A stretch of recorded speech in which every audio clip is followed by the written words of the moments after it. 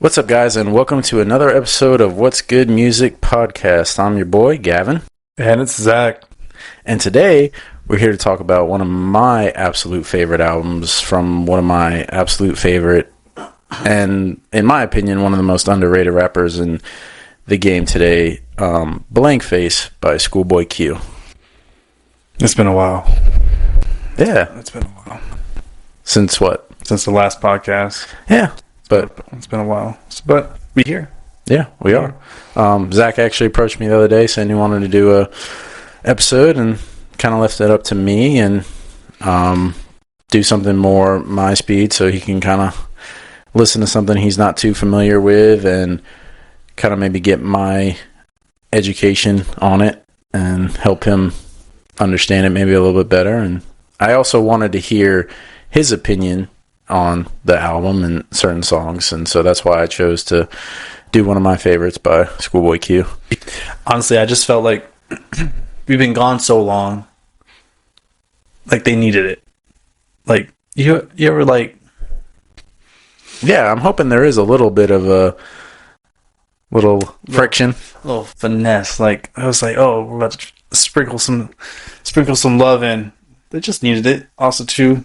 I was itching, so here we are. So at first I thought you were gonna do Oxymoron because that was we had originally talked about that. Yeah, exactly.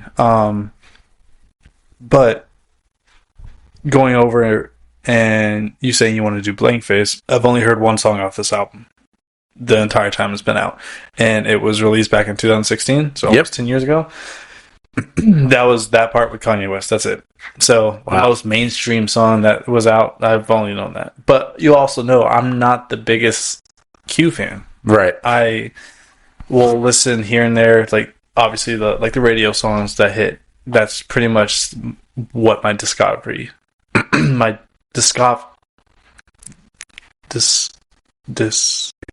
discography. That word. Yeah, I have a speech impediment, so brother, you're fine. It is what it is. So yeah, that's it. My list of his songs is not vast, right? So kind of going over the whole album just in 2 days. I'm going into this no notes, no nothing. I've listened to this album maybe 3 times over in the last 48 hours. Okay. Still learning some things. I got some hits that I like. I got some production that I like. Yeah, I'm kind of excited to see. I'm real excited. This is on you. Yeah, no, I'm real excited, brother. And for you to just, when you first came over and told me that, yeah, I liked it pretty decently. And when you pointed out the production and some of his flow and bars on different songs, I was real excited. So I've been thinking about it all day, actually. So why don't we start with what is your, maybe not necessarily like your absolute favorite, but like the one song that out of the whole album that pointed out to you the most that you would add to your library and like play again. Okay, so obviously I did mention that part that's the one that stands out the most to me. Right. Well, that's that was a single, and and that's already been out for a while, and that's something I've listened to over and over again. Correct. Off being the LP, 17 tracks on it. Good bit of features. Definitely a good production. Variety of production.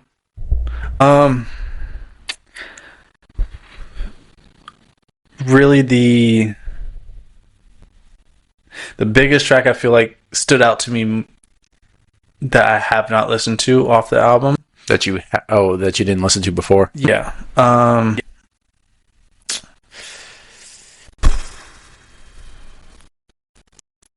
Okay, let me rephrase the question. Was there any song off the album that you added to your library? Yeah, I actually had a few. So I liked Groovy Tony. Okay. With Eddie Kane. That's with the Jada Kiss feature. Correct. I think that was actually the first single off the album, actually. Mm-hmm. It was actually just Groovy Tony. There was no slash Eddie Kane, and there was no Jadakiss verse. He actually released a video too with the single. The Jadakiss verse isn't even on the music video. But when the album dropped, I love Jadakiss, so it was definitely cool to hear a different verse. What stood out to you about the track? Production or the flow? Honestly, the flow, production, and anything. I'm a big fan of Jadakiss when he hops on features. I feel like I don't think I've ever heard a bad feature from Jadakiss. I could agree with that for sure. But I do love his voice too, like that gnarl, tone of his. Exactly, and then off the drum loop, drum break and everything off the production. I don't know, just it was a very mellow tone, and then Jadakiss comes in and just like it was like a good West Coast East Coast vibe, like putting together. Right. And I did like the switch up at the end with Eddie Kane, and just having that break into the transition for the next beat. I'm always a big fan of that. And like the Groovy Tony and slash Eddie Kane and how he kind of advanced the song on the album. So the Groovy Tony and Eddie Kane are two like alter egos. Okay.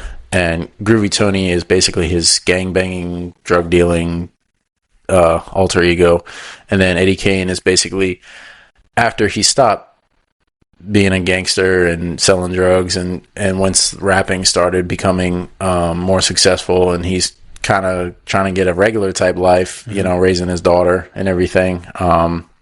The Eddie Kane is actually a character from some movie, but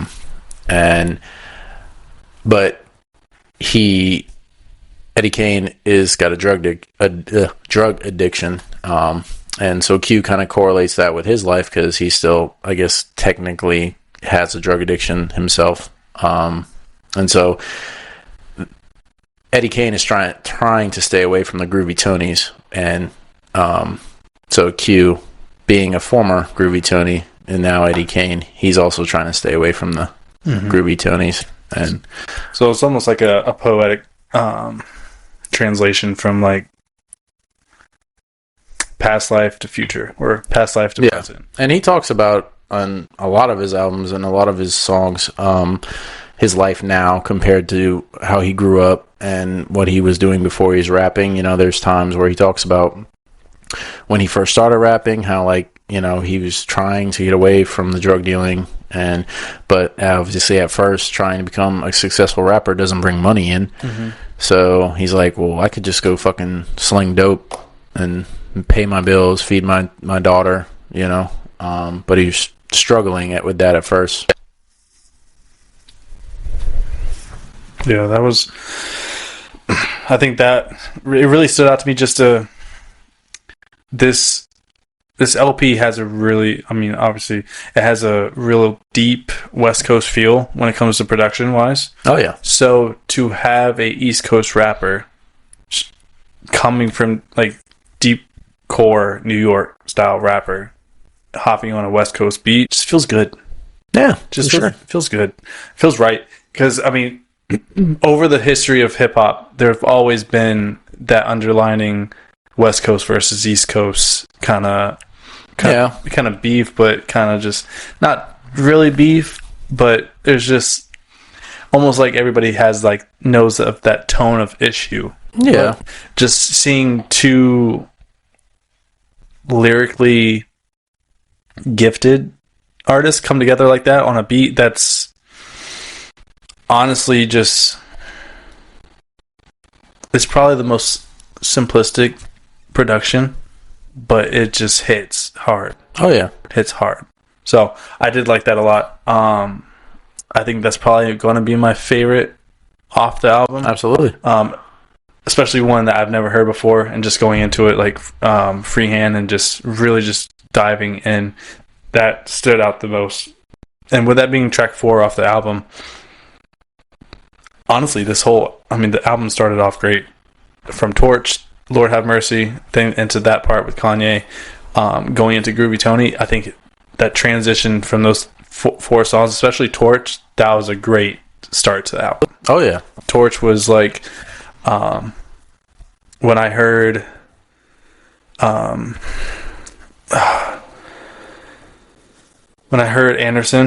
on that sample come in, I wasn't expecting that. But I do forget that Anderson is from the West Coast. Oh yeah. So it's just like Q and Anderson have I think Anderson was a little bit on Oxymoron as well. They've collaborated quite a bit. But I love Anderson .Paak. I love his voice too. It's different. It's kind of funky, and a feature from him is fucking dope.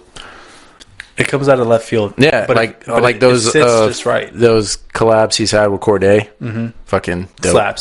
Slaps. Ah, damn, that's another artist that you got to go in on that.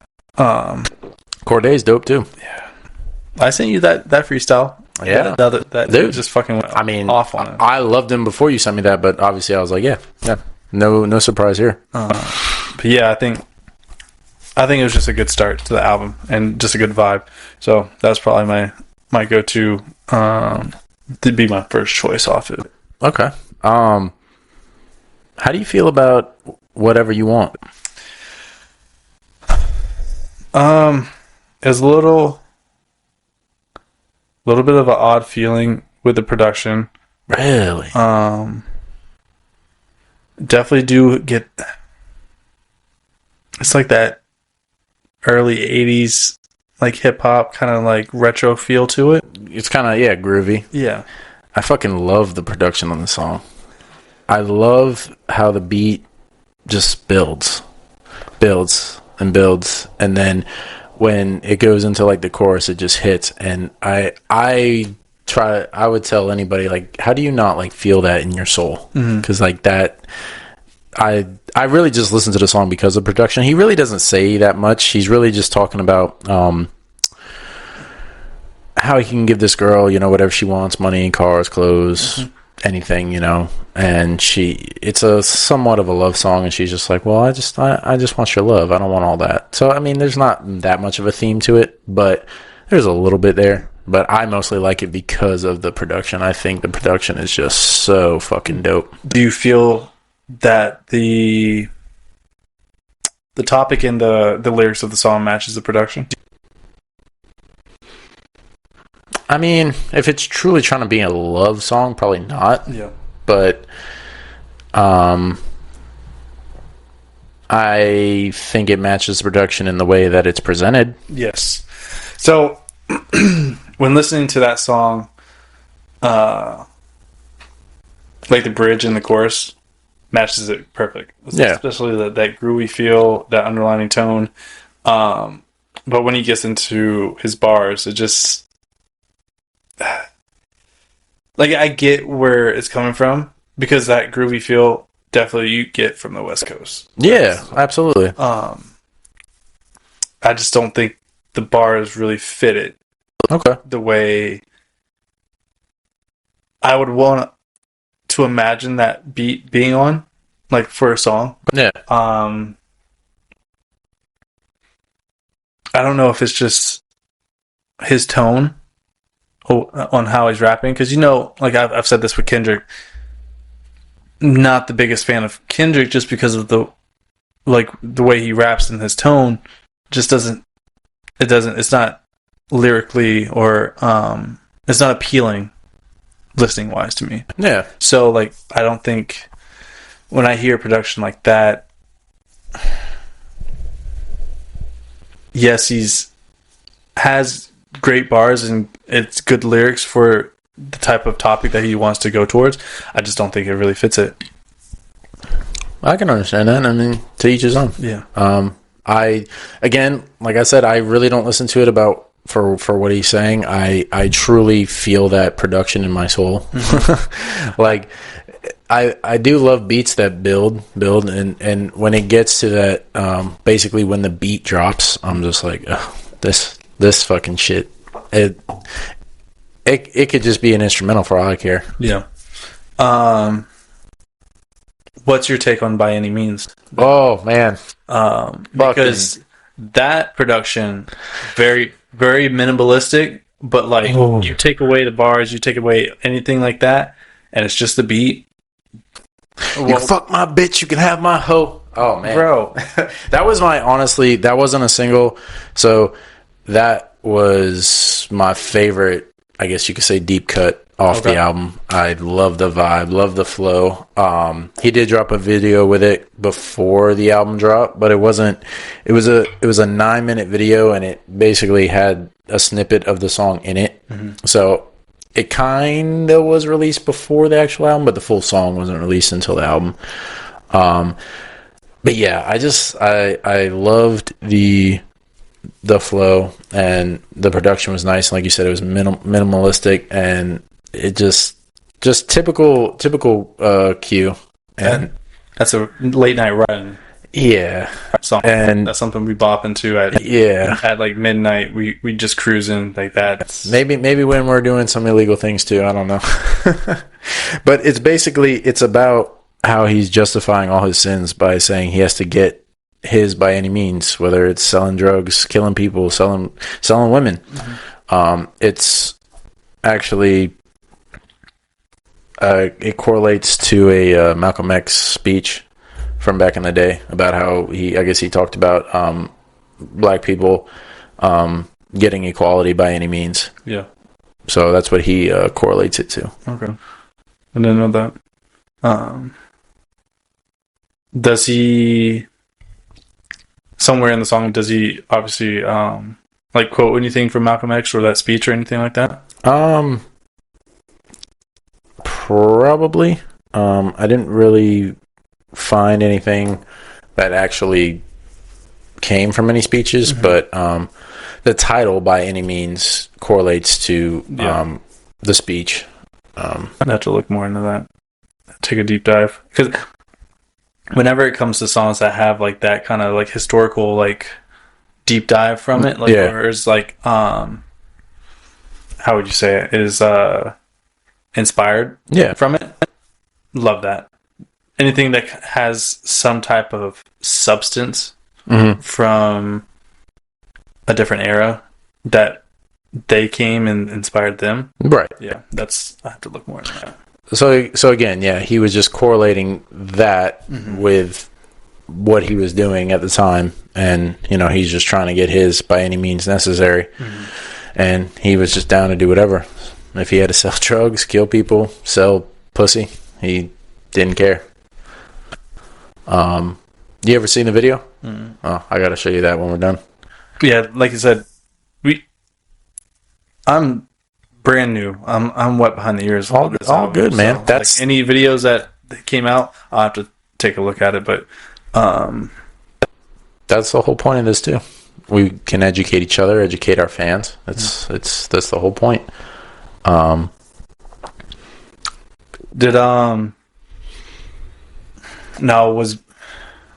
don't know if you know this because I'm looking at the screen.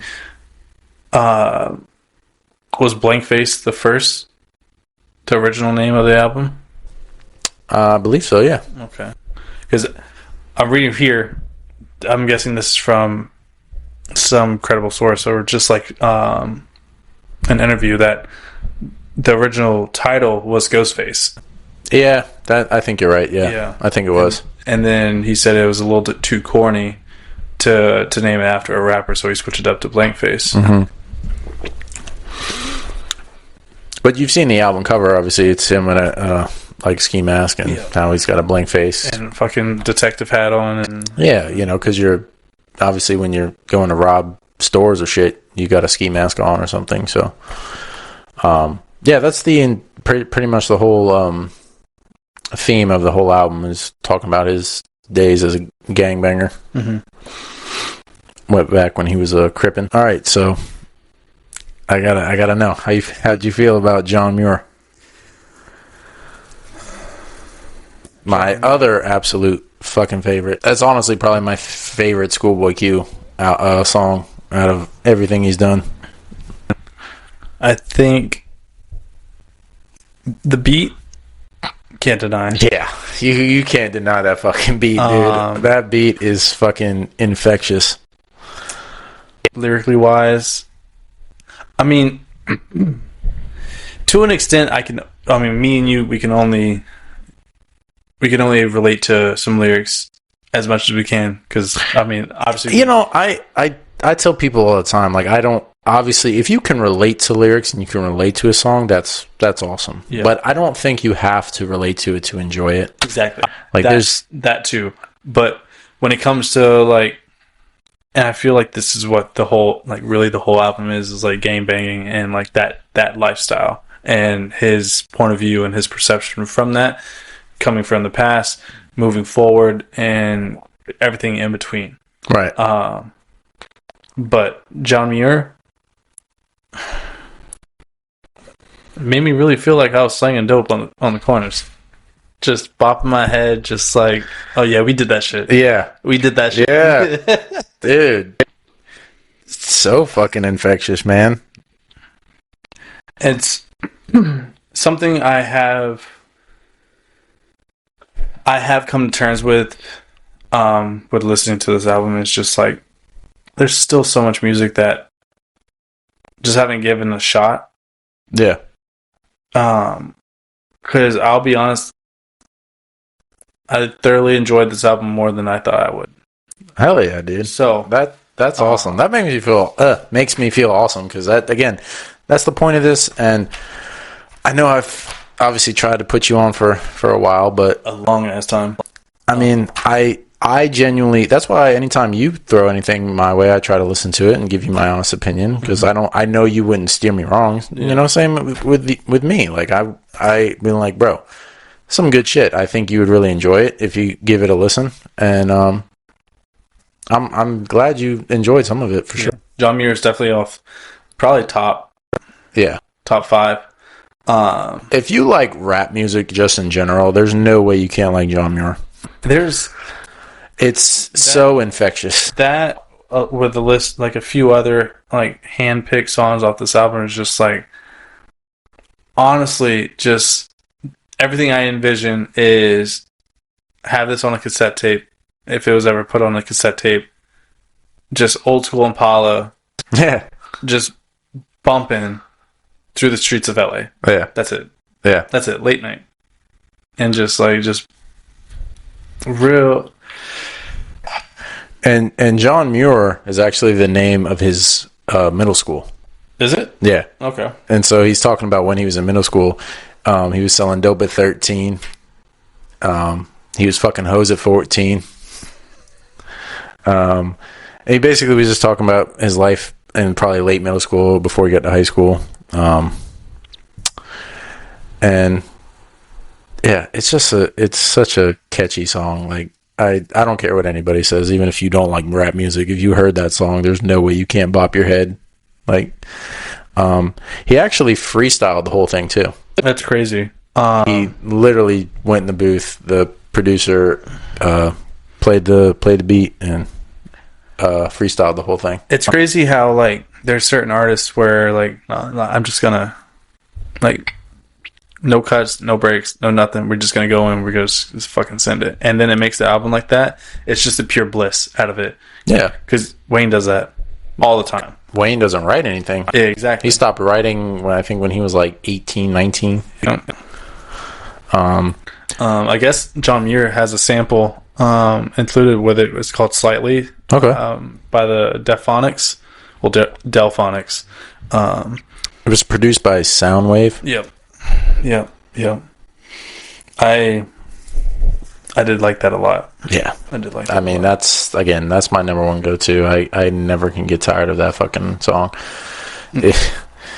Yeah. It's crazy how, like, all right, so you have John Muir. This is kind of like more of a slow drum break, like melodic tone style beat, something like you want to cruise to. Oh yeah. And then it switches back up to the groovy shit, to Big Body. Yeah. Going into the album. Big body, big bands. Yeah. Big body, big bands. Big body, big bands. It's just, and that's produced by Tyler, which makes complete fucking sense. Yeah. Absolutely. If you hear this beat and you have Tyler in mind, this is a beat that you kind of wish he was a feature on it. that would have been Like I said, he was on Oxymoron. Like get like maybe 8 bars off. Something small, something simple. The thing that's annoying about Tyler is he like when he comes out with his music, it's always just jokey, stupid shit. But like, there's a few features he has where like he's like just regularly rapping and doesn't say stupid shit, and it's like he's actually really fucking good. Raw. Like, and it's like, dude, I wish, like, I know the jokey shit's more your style, but like, I wish you would like at least have an album where it was just like pure, just shit. Yeah, or even on like features, just take that time. Well, I think he does it more on just his features. Like when he's featured, it's more just like real shit because he's coming on somebody else's song, so he's not like super jokey. What do you think about Dog Pound off Big Body? This is my first time really listening to anything from him. Thought it was fine, but he's been around for a while. Yeah, thought it was fine. Fit the song good. Another West Coast legend. I think, bro. Was it a group or it's just a person? It was a group. Yeah. It was a group. It was a duo from Corrupt and Daz Dillinger. Okay. They came up at the same time with NWA and Snoop Dogg back when Death Row got started. What'd you think about a little snippet, Lord Have Mercy? It kind of goes back to, obviously I mentioned it was a good, like the top 4 songs was a good little snippet of the whole album. Yeah. They all had different vibes. Or of course. This was a little bit more slow, mellow. Yeah. I feel like this is more of a, even though he's still talking about real shit, I still feel like it was like a sample song or just like a filler. Okay. I mean, maybe it was supposed to be a filler. I mean, basically he's just, because the album itself is a story about his him coming up and becoming a gangster basically, and dealing drugs and all that. So it's basically pretty much before the album starts, he's asking God to have mercy on him because I'm about to commit all the sins. And it's like a minute and 30 something seconds, I think. And so yeah, it's just letting him know that, hey, please, even though I'm about to piss you off, just have mercy on me. I think that's also a pretty good start to the album as well. Kind of just like laying out everything on the line. Like, this is what we're about to talk about. We're about to get into some grimy shit. So just know I'm telling my truth. Right. Yeah. Stuff like that. I respect it. Being a short little snippet into the album. Definitely not a whole lot to, I mean, it is what it is. It's a minute 30 song. Real quick, real snippet. So, for what it is, kind of like how would I put this? For it to be kind of like a interlude. I was gonna say that, but usually whenever I think of an interlude, there's usually a good bit of songs beforehand, and it's like a switch up into the album itself. But that being the second song, it's not really an interlude. It's maybe a second intro. Do you think that should have been put before Torch? Yeah, I mean, I could definitely see that as the first song for sure. Yeah. For sure. Just to kind of be that intro of like, this is what we're about to get into, and this is what we're about to talk about. But with it being the second song, I don't think that's bad placement either. No. And that was kind of what I was trying to get out, is just because Torch is a good vibe starter. Oh yeah. Just because of there's not really a whole lot of bars on it. No. So I think it's just more of like setting the tone for the album. Right. He starts off by, and for Torch, he starts it off by talking about growing up in his hood and his life of selling drugs, and at the same time, he wishes how he could go back to life as a little kid before he started doing that. Just watching cartoons on the weekend.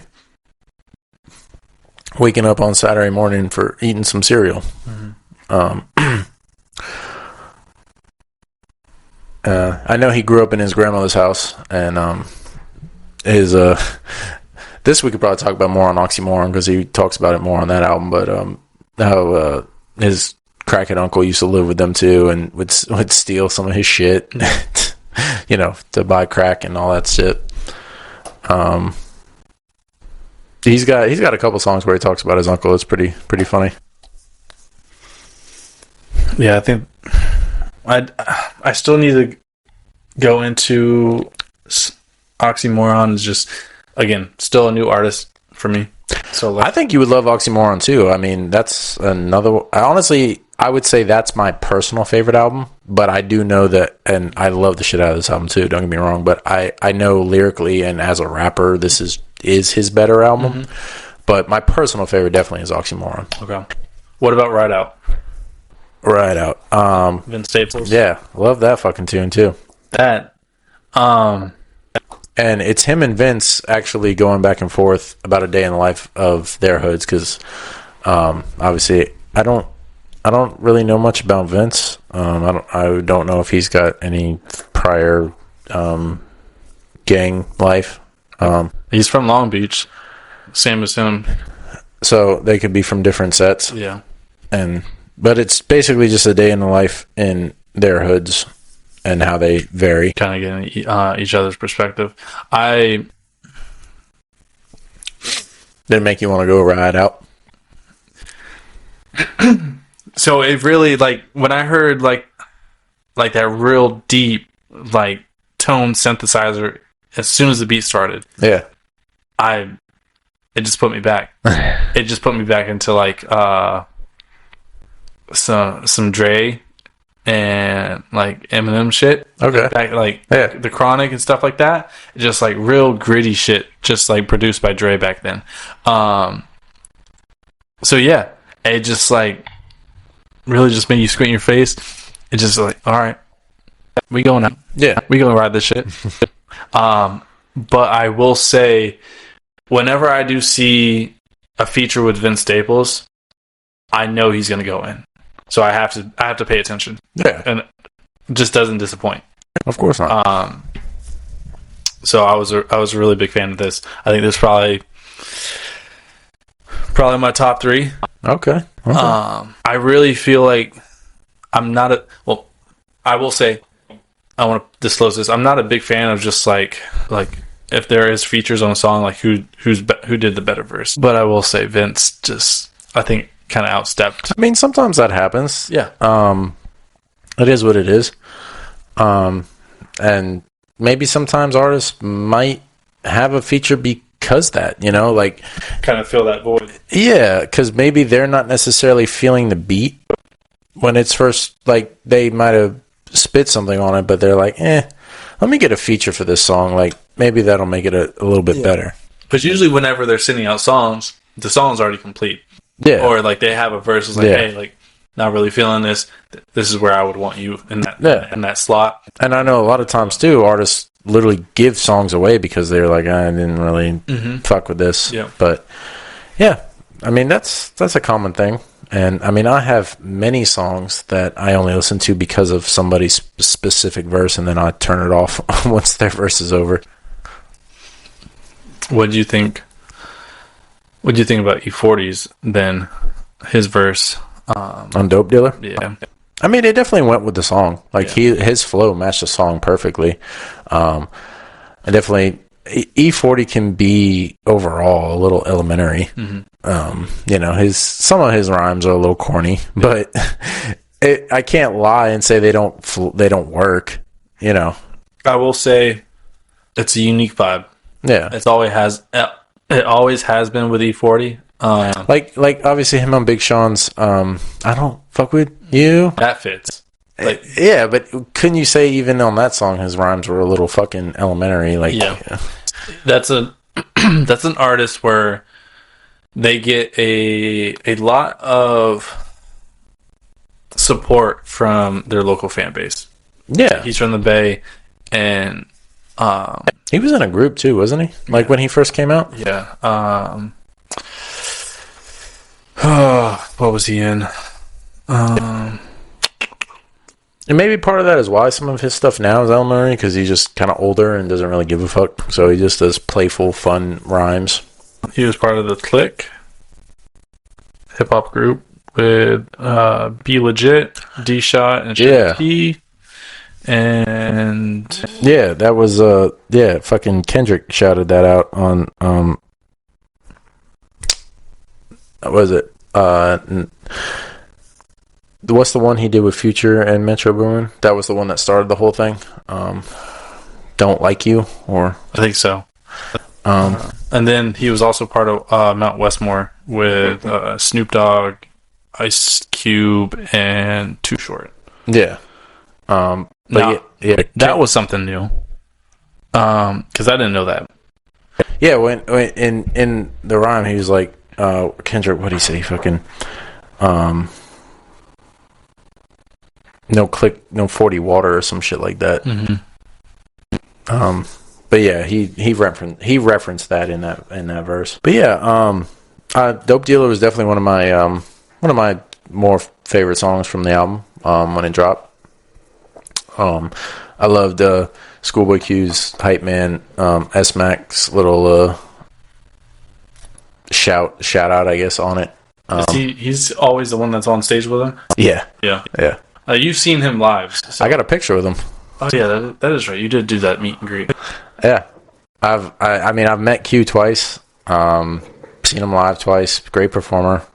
Thing I honestly really love about Schoolboy Q is just like he's just a really regular dude, laid back guy, and he's very good at rapping and can make decent money on it. But like he's not trying to be like the number one rapper in the world and make the most money with it. Like his tickets to his concerts are still cheap as fuck. Yeah. Like you can meet him and get a front row seat for $150. Mm-hmm. Drake doesn't even sell meet and greets, first off. But I mean, if you want a front row seat, you probably we spent $600 each. Yeah. And we didn't even get to meet him. I mean, that is okay. I'm a huge fan, so I don't really care about meeting him. But I'm just saying, like, he's a very laid back dude. He's just cares about taking care of his daughter, providing for her, and just enjoying the life. And he works out a lot now. He lost a lot of weight since he first came on the scene, and he's like an avid golfer too. Golfs, and he's just a cool laid back dude. We need it. Maybe I need to slide in the DMs. Maybe we could go for 18 holes, get that swing down. If we ever go to Cali, sure. I've been plenty of times. So really, I've been. Oh, with your truck driver job, yeah. Yeah, I've been. Yeah, but that's not like I've been to L.A., Compton, and Long Beach. Yeah, but it's not like you stayed there. You just kind of drove. I did have a extended period of time where off topic. Back when I was trucking with RJ, he got sick, so we spent a good 4 or 5 days in Long Beach. Ooh. Just in a hotel, and I just spent all that time while he was sick just exploring. I would too. Stayed my ass where I needed to stay and not going to. Didn't go too far. Yep, but I will say, different vibes. Yeah, for sure. Different vibes. So you just felt it's literally the entire other side of the country. Yeah. Like it was good. It was good. But so I do have a question with the last track, Tukey Knows Too. Love that song. Where's the first one off of? First off, the first one is off of Habits and Contradictions. Okay, is that his second sophomore album? No, or is that his debut album was Oxymoron. Habits and Contradictions was a mixtape. Okay. Yeah. Okay, because they put Oxymoron was his first. They put this one as his fourth album. I mean, Oxymoron was his debut studio album when he signed with you'll probably TDE. Yeah. But who runs TDE? It's Universal. Yep. There's obviously a parent record label. Interscope. There you go. So, like, when he signed with Interscope, Oxymoron was his first debut album. So, I guess, yeah. But obviously we know before you sign, they're just mixtapes. Mm-hmm. So, yeah. Havocs and Contradictions was where it just was Tookie Knows. And Tookie is the nickname of the founder of the Crips in L.A. Mm. So Tookie Knows is basically kind of like Father Knows Best. Okay. So basically, you know, Q and Traffic and TF, who are actually one of his childhood friends, who he obviously were gangbanging with. So I don't exactly know if this is exactly a true story, but it's probably referenced from a true story. But, you know, they rob a store, they get locked up, and the cops are trying to turn them on each other, and you know, they stick to the gang life of, like, we're not going to snitch or rat on each other, and you know, because that's how we were bred and born to live. When, you know, Tookie Knows Best. Mm-hmm. I did love this the drum beat over the pianos, and when that 808 and kick hit, yeah, like right before the verse comes in. Yeah. Whose verse did you like the best? Probably Q's. Okay. The other two were good. Yeah, I like TF's at the end. Yeah. That one was a short one, right? Yeah. I mean, fairly short. Nah. It wasn't a full 16 bars, I don't think. No. But actually, because he performed this song the first time I saw him, because that was the Blankface tour, the first time I saw him. Mm. And so he brought Traffic and TF on to perform this song, and I actually dapped TF up. While on stage? He was on stage, but I was this close to him, like, because we had meet and greets, and so we got on first. So he was, I was drunk as shit. Boy. That was also my 21st. That was my 21st birthday. So, damn, that was that long ago. Yeah, like, it was on my 21st birthday. Damn. The concert was September 17th of 17. Yeah. So it was actually on my 7th. I was so drunk. Dude, fucking... That's the one you went with Zane and Dimitri. Yeah, dude. Zane, God bless him, man. Dude, he was like my personal little fucking waiter. He fucking literally just kept going back and forth to the bar, just mowing through bodies the entire concert. And I know he was pretty fucking drunk too, but, like, he was just... Every fucking time my drink was empty, he would be right behind me giving me a new one. Like, the entire concert, I was like, damn, bro. I appreciate it. You didn't have to be this fucking quick with it, but damn, bro. Definitely a real one. For real, man. I couldn't imagine a better 21st birthday. Seeing one of my favorite artists and just one of my favorite albums. I mean, that shit was perfect.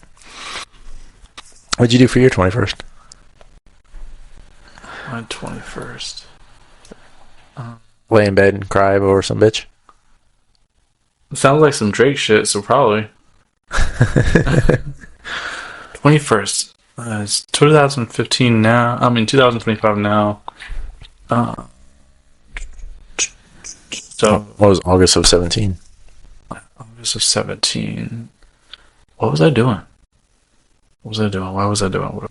Probably in Vermont. I don't know. I was down here because that was that year we were at Papa John's, still driving, and I think that was the year. I hit that dead person. I still don't think I did anything for my birthday though. That's sad, Zach. But you know, I'm not a big. Well, I'm not a big that's okay. We're gonna go to Vegas for our 30th, so it's all good. No, we're not. I can't afford that. I ain't going. I can't do that shit. Why? Because if I do a traveling trip, the last place I want to go is Vegas. Why? I'll have so many other places I would rather be than Vegas. Trust me, I've been to Vegas already. I'm good. I haven't though. Okay. And I think we could have fun there. We'd get into a lot of fucking shit. No, we wouldn't. Oh. Yeah, we would. Why? Yeah, we would. No, when you would keep me on track. I would get in less shit because I'm going with you. No, we wouldn't. I would not keep you on track because the first time I actually step foot into any type of strip club or fucking event with some bitches, I'm gonna be the worst one. That's okay. But I know if I went with some other friends, that would probably be a lot worse because I'd probably do a lot of drugs. I feel like drugs would probably still be involved. No, not if I'm with you. At some point. I feel like that'd probably just happen. Damn. It is Vegas. Damn. Shit. I mean, Ty and all of them are about to go next week. To Vegas? Mm-hmm. Okay, so let's go. Yeah. I keep seeing so many fucking ads for it, and I'm like, this is telling me that's where me and Zach need to go for our 30th. I don't know why he just want to go to Japan. I feel like that's going to cost so much more. You're bitching about a plane ticket to Oregon. Imagine a plane ticket to fucking Japan. $1,200. But that's justified. I feel like I would rather go to... I have more desire to go to Japan than anything else. Because that's always been one of the dreams. I get that, but you still want to go to Oregon so we can go to an Oregon game. Yeah. So that's the whole point of the Oregon trip. Anyway, let's get back on topic. Black Thoughts. That's a good one. Addresses the current state of the hood and overall black community and addressing the stereotypes of the culture and how Q thinks maybe things should change. Yeah. I ain't gonna lie, a little bit. I don't think I can necessarily speak too much on because it's not something I deal with. Yeah. I think that's again, I don't have to relate to it, but maybe I also can't really speak on it. Yeah, I think it's one of those tracks where you have to... It's good to just be a listener. Correct. Just to observe and kind of just feel out that perspective from his point of view. Correct. And again, I think that's how you learn, and you don't be ignorant to it. Yeah. And how we can get closer to equality and being more together is like understanding people instead of judging. Exactly. And I think honestly you can kind of put that kind of philosophy to honestly the whole album, which just like, yeah, I mean, we're not gangbangers, we're not selling dope, but to put ourselves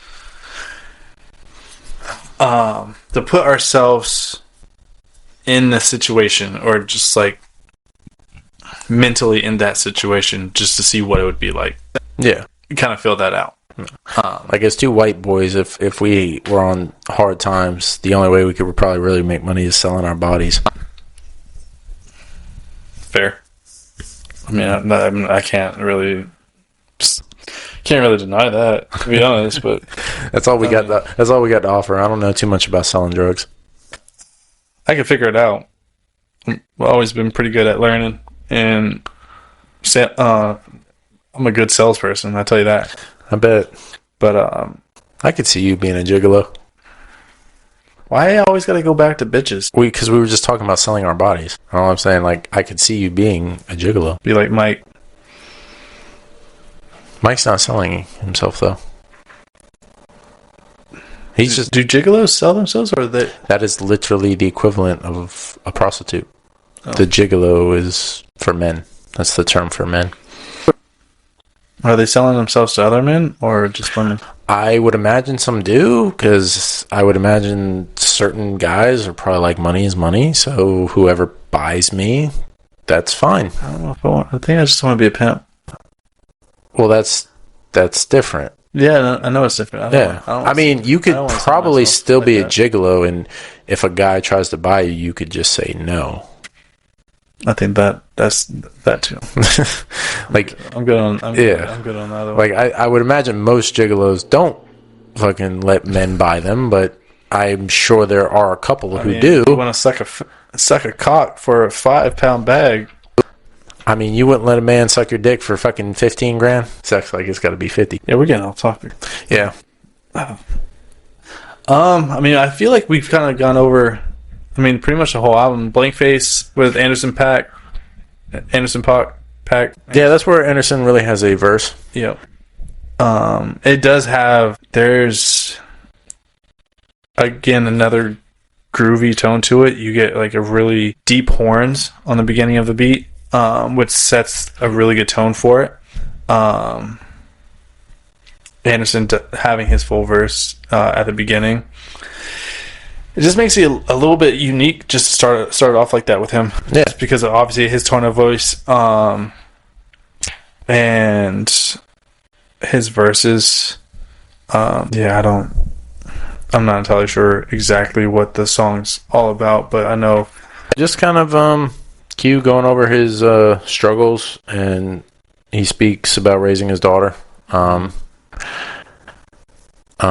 don't really necessarily know what the situation. I've never really dived deep into what the situation is with I guess Q's baby mama, and but I do know he's got full custody of his daughter, and he's all about her. And she's actually got a couple of lines on a few of his songs on Oxymoron. But yeah, I'd have to look more into that. As far as I've pinned, I don't think he's ever really even spoken anything about his baby mama or what the issue with that is. I don't even know if she's technically even alive. She might even be dead. I don't know. Yeah. Now with this LP, I know this is probably one of how you said this is probably his best rapping album. Is there a song that you would take off of it to make it better, where you think it'd be good to go without?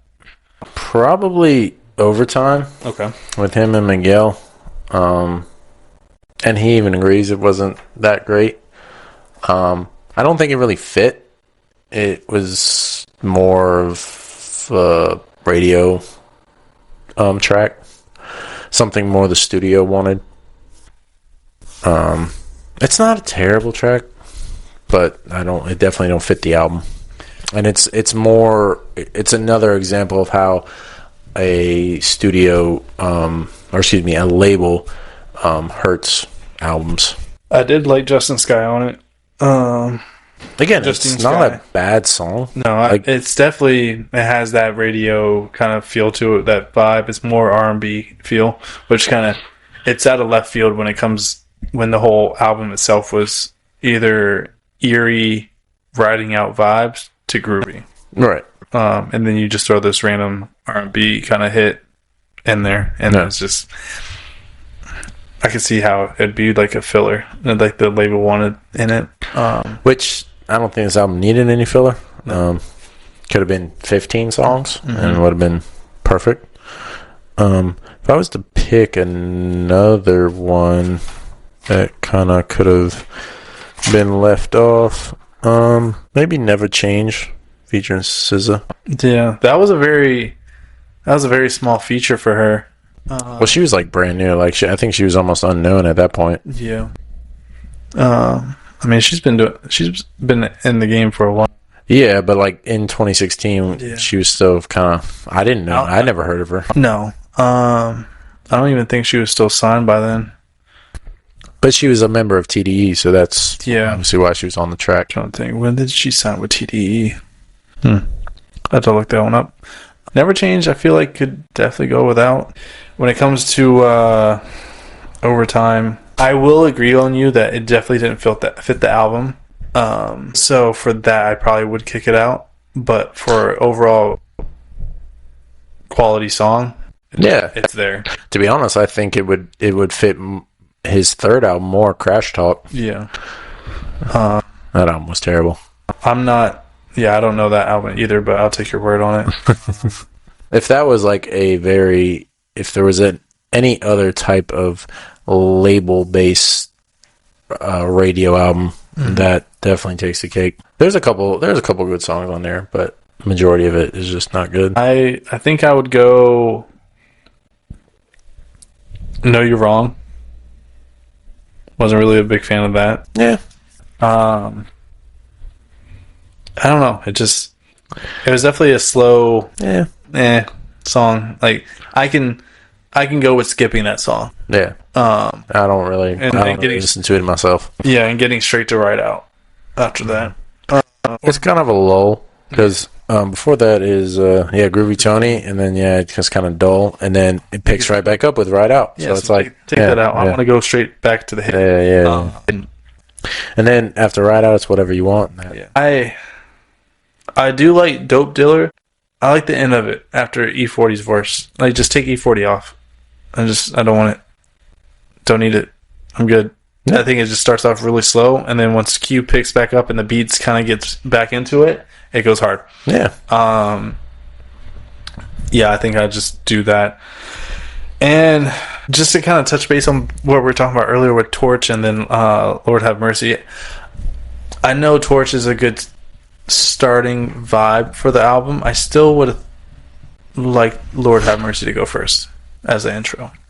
Just to kind of, we've had albums before to where like it starts off with just talking. Yeah. Like a proper introduction.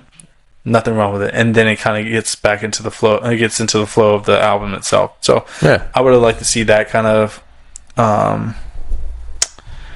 structure. So that's what I would kind of do. Okay. Definitely take out Know You're Wrong. And other than that, what's your go-to? Your top song off this? John Muir. Yeah. Then By Any Means. Then I would say Whatever You Want. Then probably Tookie Knows Part 2. Then Groovy Tony, Eddie Kane. Then probably Dope Dealer. Yeah. And I mean, I can listen to the entire album. Like, then just put it on. It doesn't bother me. But yeah, I would say John Muir is probably my number one Q song to go to. Honestly, let me ask you, what is your like new opinion of Q as an artist now that you've actually? I would imagine this is actually his first and only album you've actually gone through the whole thing and listened to. Mm-hmm. Obviously, you've heard some radio hits and singles here and there, but and I've talked about him for years. But what is your honest now opinion of him? I do want to preface, like, never thought he was a bad rapper. Just because I do have kind of small hits in my playlist here and there. Just from over the years. Obviously, we got Studio with BJ, the Chicago kid. That part. Love Crash Out off Oxymoron. Okay, yeah. That's off Oxy, right? Crash Out. It might be Crash Talk. I feel like that's off of Crash Talk. And then I also have that joint with have that joint with Black and him too off that same album. Okay. Him as an artist now, I think he's a very great lyricist. Like you said, he's still not entertainment portion. Still not sure because I haven't seen him live. But when it comes to this album, solid. Yeah, solid. I'm definitely adding a good bit of these songs to the playlist. Cool. It is a good intro to make me want to listen to more albums. I did listen to Blue Lips when we spoke about that a few weeks back when it came out. Yeah. And we watched a few of the music videos. I think I definitely liked a lot more songs from this album than on Blue Lips. Yeah. Blue Lips was alright. Yeah. But as an artist as a whole, more respect. Like we've always had this talk about, like, you've asked me before if you got tickets to go see him again, if I would go. I've always said no.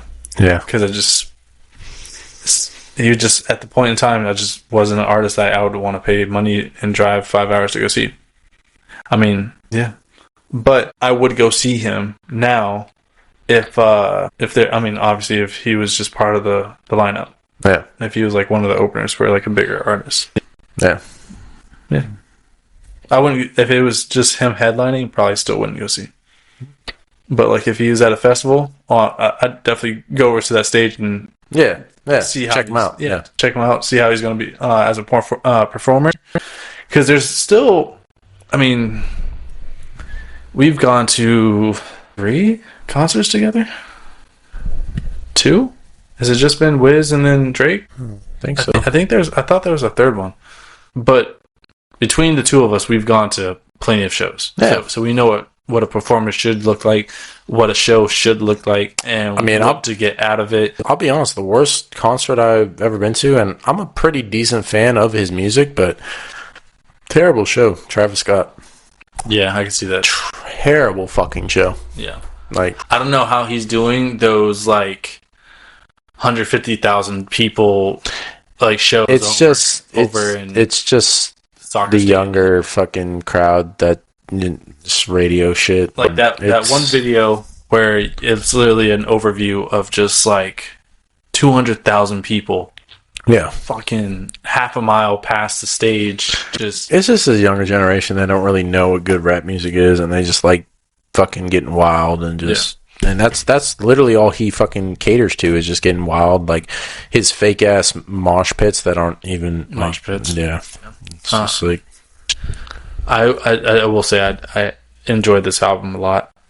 Awesome, man, and I'm really happy to hear you say that because that's again what I like to get out of this podcast and us to introduce each other to different types of artists who we might not really be familiar with and introduce an audience to, and yeah.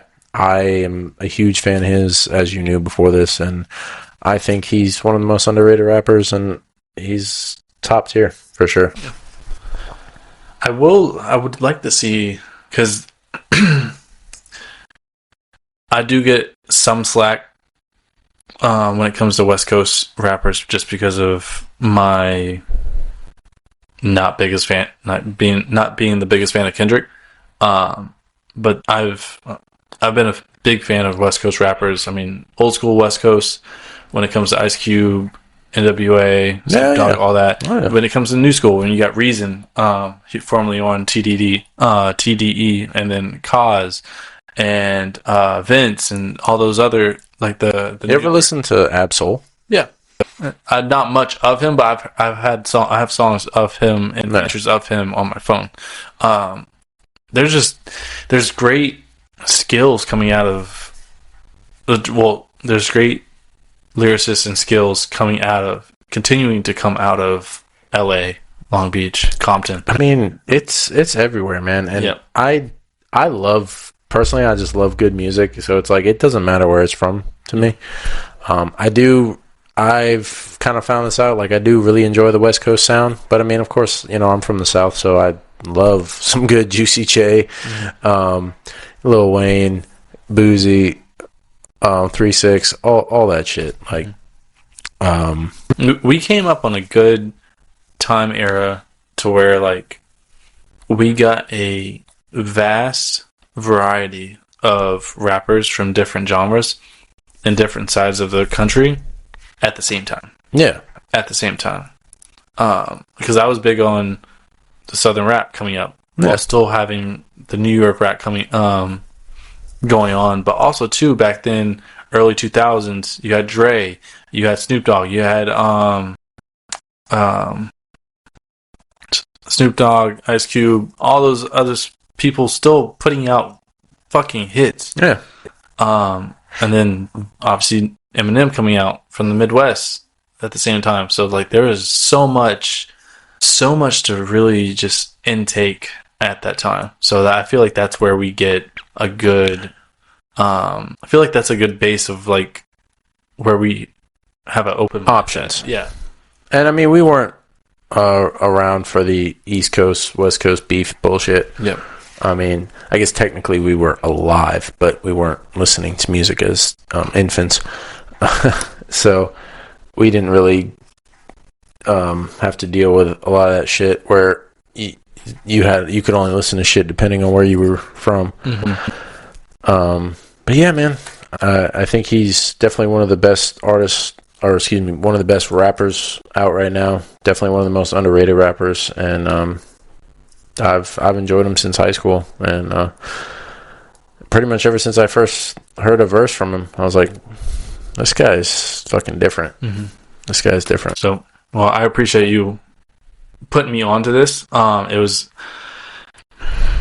think it's always good to kind of let me ask you this. Step. Yeah, let me ask you this. What was your initial reaction when I said, let's do this? already knew. First of all, I thought we were just going to do Oxymoron because we already talked about that. So I was already prepared to do Q. This was just a different album. Okay. So I was completely fine with it. Okay. I mean, and that was the thing too. I don't know how this is going to backplay when we're doing the editing and see how it sounds, but I wanted to go in completely foreign of it. Yeah. Like, no notes, no nothing. I want to learn. I want to like divulge. I want to be a student and be turned into a fan. Like that's why I wanted to come in with this.